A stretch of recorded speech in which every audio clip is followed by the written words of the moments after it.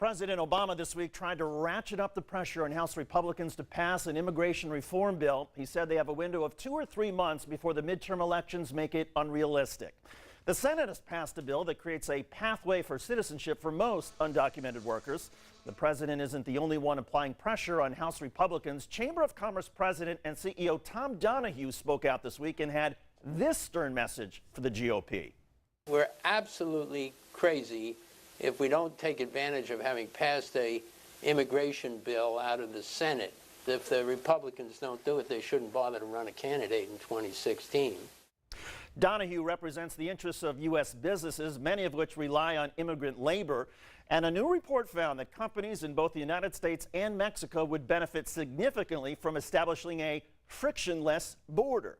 Richard Florida heads consulting firm Creative Class Group, a consulting firm behind the new report. He joins us now.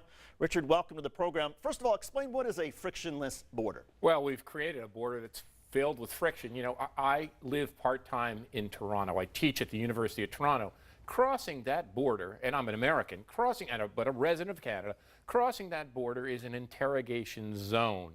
So a frictionless border would be a border where we could travel and do commerce. And when you think about it, without these hassles, when you think about it, combining the United States, Mexico, and Canada, building an integrated North American economy which could leverage the knowledge base of the United States with the energy fortunes of great countries like Canada and Mexico, it would create an unrivaled continental powerhouse. We've got to do it. And explain the billions of dollars that are missing now because of the system as it stands. Explain for somebody at home, how does that work?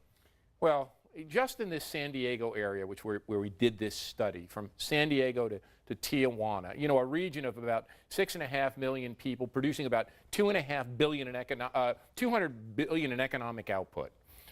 You know, we're losing a couple of $1 billion a year because of that border. Actually, $3 billion a year because of that border. And it makes no sense when you think about it. San Diego has technology, advanced knowledge-driven industries. Over in Tijuana, you don't have to make stuff in China. You can make lower-cost manufactured goods right in the region and be competitive. But that border is so backed up, the trucks can't get across. You know, 60 million people a year cross that border, tens of thousands of trucks, they can't get across, and it's a tremendous inefficiency and a tremendous waste of money. And inefficiency is a productivity cost. What about, though, for business owners? What about them? What would a frictionless border do for them?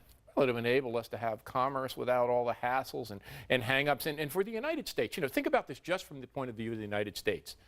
People complain, you know, labor costs are high, you manufacturing. Having access to a great manufacturing base in a place like Tijuana for those products that are very competing in the Chinese market. Of course, we want to have higher wages when we can.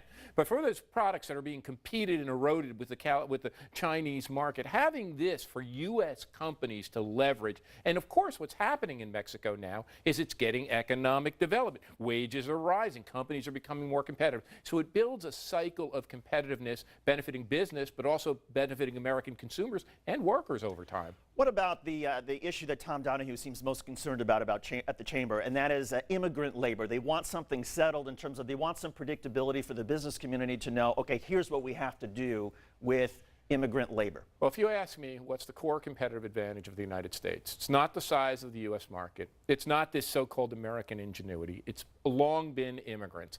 In Silicon Valley, 1/3 to 50% of those high-tech businesses was founded by somebody who wasn't born in America. America was built on the backs of immigrants. Many of our greatest technology innovators.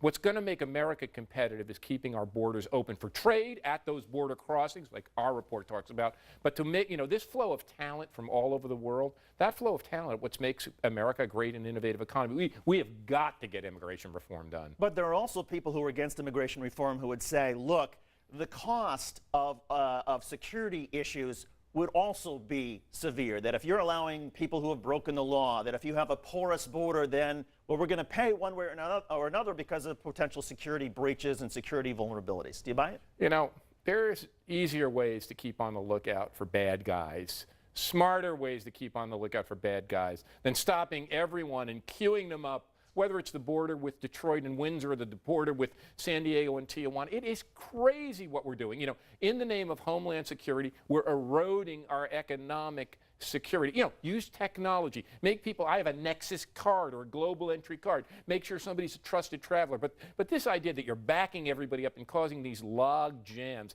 we're wasting money on something that we know is not effective. Has the EU provided something of a model for us about how to do it because their borders are much more efficient?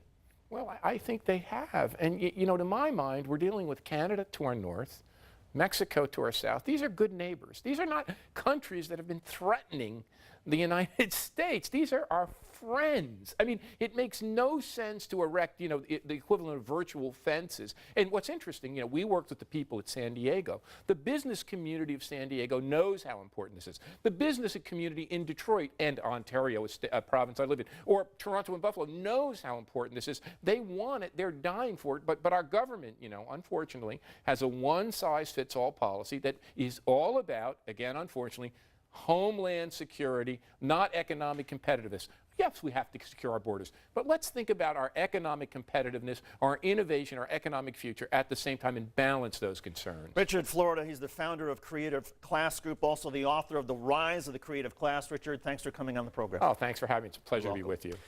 America's energy boom has